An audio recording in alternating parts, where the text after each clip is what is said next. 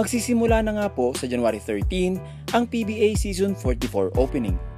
Ito ay oras na naman ng pasiglaban ng mga muses ng mga PBA teams mga chong. From models, athlete, movie superstar at Miss Universe ang mga rarampa kasama ang kanilang mga nire-representang kupunan.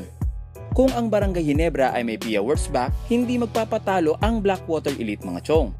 Pero bago yan ay pindutin muna natin ang like button para nga ito ay maging kulay blue at pati na rin ang subscribe para naman ito ay maging kulay gray. Bago pa man makoronahan si Catriona Gray sa Miss Universe 2018 ay matagal na nga itong brand model ng Ever Bilena na siyang parent company ng Blackwater.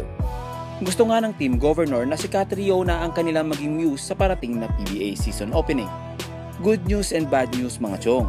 Bad news is, ang kanilang model na si Catriona Gray ay pag-aari ng Miss Universe ngayon. Kaya hindi nga po siya pwedeng maging muse ngayon ng nasabing kupunan. Good news is, sa PBA 2020 opening ay sisiguraduhin nga nilang siya ang kanilang magiging muse dahil tapos na nga ang kanyang obligasyon sa Miss Universe. Sayang naman, masasaksihan na sana natin magpatalbugan ang dalawang Miss Universe na si Pia Wurzbach at Catriona Gray. So ayan mga chong, kung sakaling ang natuloy si Catriona sa Blackwater Elite, sino ba ang magiging bet mo sa kanilang dalawa? Si Pia o si Catriona? Subscribe na kayo mga chong para updated sa mga sports happenings.